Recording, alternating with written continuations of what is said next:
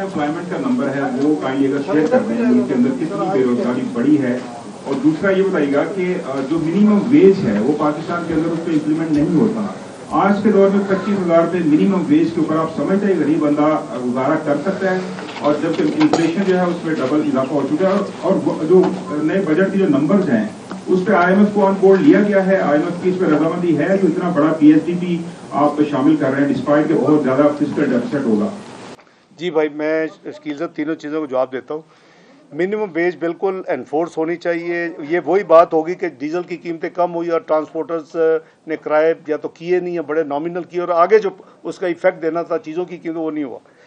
तो minimum wage जो है, एक तो इसमें एडजस्टमेंट की ज़रूरत है, और ऑब्वियसली अगर हम एक तरफ कह रहे हैं कि सैलरीज वालों को होना चाहिए तो मिनिमम वेज की भी ज़रूरत है। We are looking into this. ये वो फैसले होते हैं, आपको पता है कि लास्ट फ्यू आवर्स में होते हैं, ये इस वक्त पेंडिंग है, इस पर होगा।